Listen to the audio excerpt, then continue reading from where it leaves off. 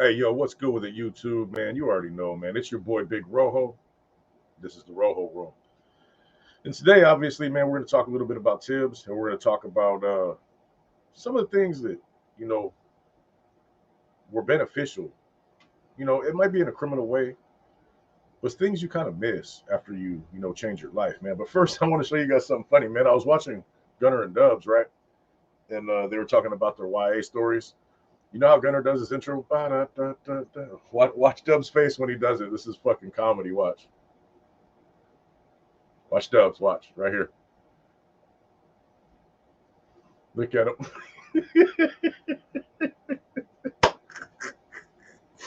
Hey, shout out to the homie Dubs, bro. Look at him. Look, Gunner's still going, too. My boys are special, man. Both of them, man. Good dudes. Make sure y'all check them out. Dubs B, Gunner's Collective, Gunner's Profiles. So as a lot of you guys know, man, Tibbs is who brought me into the organization many, many moons ago. Tibbs and DC both. Um, and a lot of you guys also know that recently, last year or this year, man, I don't even remember when it was, man, but Tibbs was hit by Quete, another NF member. And it was a righteous call. They took the proper steps to hit another very, very much made man. I mean, when you think about Tibbs' history, man, we're talking about 40 something years as a general. Some of the most ambitious ideas, one of the most intelligent human beings I've ever met, period. And I've had some really decorated college professors and, people of that nature that, I've come across in life that are just, you can only admire them because of the brilliance of their mind. And Tibbs is very, very top on my list, man. He had a lot of lofty ambitions and goals, and he had pure motives. You know what I mean? I can only speak on him from my time that I was with him. Apparently he got a little bit different. He started having some radical ideas. There's rumors that he turned to Islam and things of that nature. And, there's rumors floating around that one of the reasons he got hit was because of the door policy that was started in Pelican Bay. And, and I kind of don't know about this rumor only because a policy of that magnitude would require an organizational vote. He wouldn't be able to implement something that serious solely by himself. You know what I mean? So, that's one of the rumors floating around. But the update I wanted to give you guys, man, was basically that his actual cause of death was due to complications from getting hit. He hung on for quite some time, but the official cause of death was due to multiple stab wounds. So I don't know if Quete's been charged or anything like that, or if they'll even bother. I'm sure they will. You know what I mean? The guy's a lifer. It don't matter anyway. So there's not really a lot to gain by doing that. You know what I mean? But I just found that out today from a source who would definitely 100% know, and I just wanted to share that with you guys. Now, excuse me. The other part of this episode, man, is what I miss about the lifestyle. Because I've been thinking about, people ask me that all the time, and it's like there's not really a whole lot of positives. You know what I mean? Most of the things you miss are negative. You know what I'm saying? So we'll rock with those though, man. It's there was, you guys already know I did it at the highest level. You know what I mean? I've been overall governing body for all of San Quentin on multiple occasions. I've ran every county jail I've ever been to. I was the sole authority in charge. I was a block commander in Pelican Bay for C-10. I was a regiment commander for Solano, Contra Costa, Sonoma, and Alameda counties. I was a regiment commander for a short period of time in San Francisco. And, my resume kind of speaks for itself. So I had a lot of in-depth knowledge and overall foresight of how things went down. from the very top. I only communicated exclusively with Tibbs. I didn't have no go between, like for example, Lizard with Quete to the big homie to the big homies. I didn't have to do all that. I had sole direct line of communication with Tibbs, who was what was called an advocate general. I usually try not to drink during these episodes, but throat's itchy today, man. I apologize.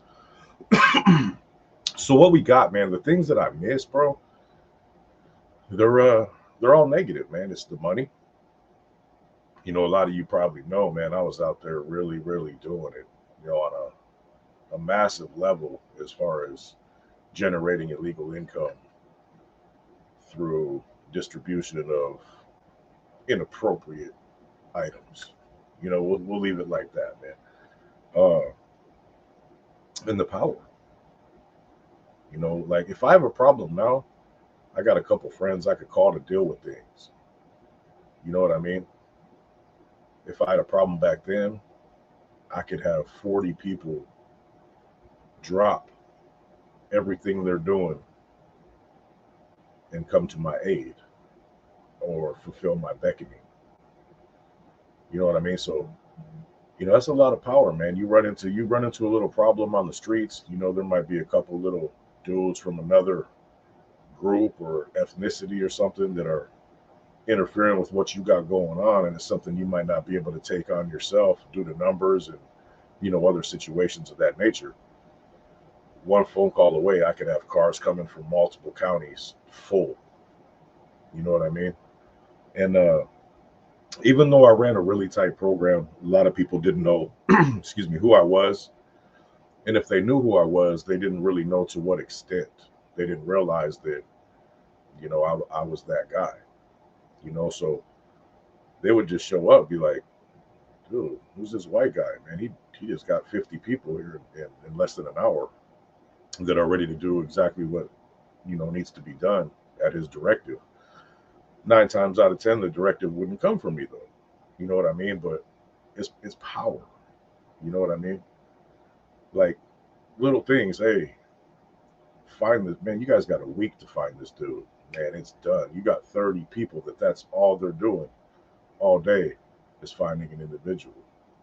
I need this amount of money by such and such date. Man, they'll beg, borrow, and steal and kill to make sure that cheese comes up. So while these are negative in the big aspect of life, I'm going to be honest. People ask me what I miss. Man, you could get addicted to power. And that's what happens a lot of times within these organizations.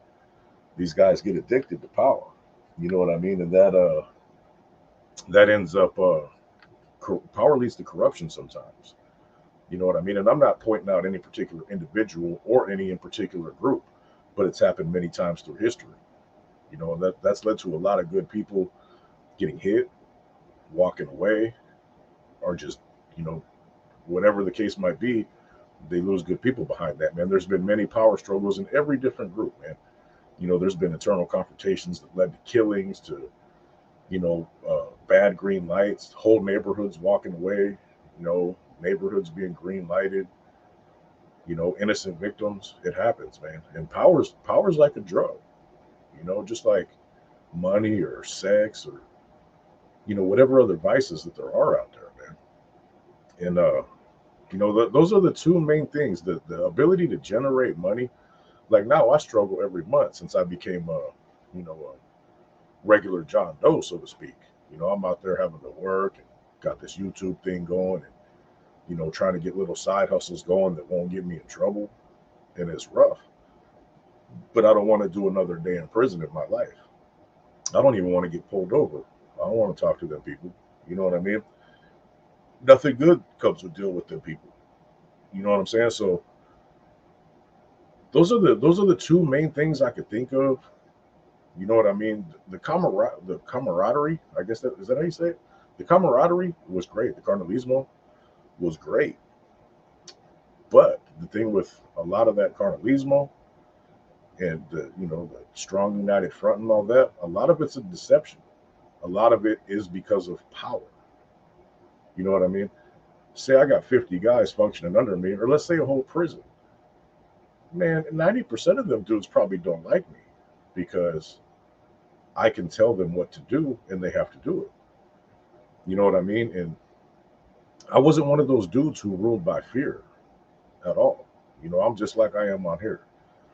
I analyze things, break it down, figure out what's best for the group, refer to my schooling, our personal list of rules. You know, think of the United States Constitution as something similar, right? And I'd see if everything that I had planned is copacetic with that particular document. You know, there's a lot of people out there who be like, ah, fuck it, kill him, kid him, he's no good. I wasn't trying to do all that, man. There's multiple different types of personalities of people you deal with, and that's not just in the gang life, that's in everyday life. And you know, if you can't somewhat adjust to dealing with different types of individuals, you're going to lose a lot of good ones. You know, not everybody wants to blast somebody in the neck. You know what I mean? Not everybody wants to, you know, do armed robberies. Not everybody wants to, you name it. You can find other things for them to do. You know what I mean? Everybody's not the same, and you can't expect them to be, or you're setting yourself up for failure. You got to be able to acclimate yourself to who you're around. Like I could fit in anywhere, man. Black folks, Mexican folks, white folks, others. It don't matter, man.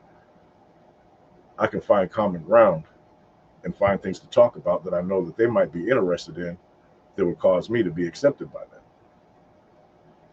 The same goes with your own people. Everyone is different. So, like, you know, you might have one guy, let's say, you know, Wedo. What is say Wedo? Wedo fucking gives these instructions that this is period point blank what it is. While Rojo might deal with somebody, get to know them a little bit, and figure out what's best for them, how they can still contribute. The more people you can get to contribute by being cool, your bottom line shoots up a few notches. You know what I mean? And these are some of the philosophies I learned from Tibbs. You know what I mean? Um, as far as my experience in the NF, you know, which is about almost a decade, there was no more brilliant mind, and I've been around a lot of people. You know, just the ability to adapt, change, and the foresight and the basic general knowledge. You know, I think he did it for the right reasons. Now, like I said, I can't speak on him in later life. You know, he was up there in his 70s. When I knew him, he was my age now. Actually, it was 1 year. I'll be 48 next year. He was 48 when he pulled me in. You know, I was 20 years old. And, you know, think about it. How many 20-year-olds you know that were NF members? How many 20-year-olds that look like me were NF members? So it's obvious that me and him obviously seen eye to eye on overall goals and objectives. You know what I'm saying? I know I kind of ramble a little bit. That's just how I do it. My apologies. You know what I'm saying? But you know, I'm thinking about the things I miss, man, and I'm not gonna. Tibbs being alive is one of them. They should have let that old man walk away into the sunset with his dignity. You know what I mean? It's a lot of years to put it down and, you know, promote the best interests of your group. And he honestly gave a fuck about the members of that group. There's no denying that. Seen it firsthand. He cared. There was a lot of chances, man. A lot of people giving breaks. You know, some people had to get hit, some people had to go. But overall, in general, man, if you could be salvaged, if you were a righteous C who was trying to do things the right way, or a righteous bro even, Tibbs had your back. And that's the main thing that I miss, man, is that realness. There was a real cause. Nowadays, the cause seems like it boils down to nothing but dollars. Could I be wrong? I'm not actively in the mix. Try that again. I'm not actively in the mix. But I speak daily with people who are. And things have changed, man. Things have changed. There's non-designated yards with people like Lencho on them, and I don't want to name the other two because they're friends of mine, but there's also active C's on the same yard and Ensols, and they're intermingling and they're doing business. What does it make you seem? Dollars only. I don't know. So the things your boy Rojo misses, man, is the money, the power, and the true purpose that organization was built for. It's your boy Rojo. This is the Rojo Room. And y'all have a great one. I'll holler at y'all later.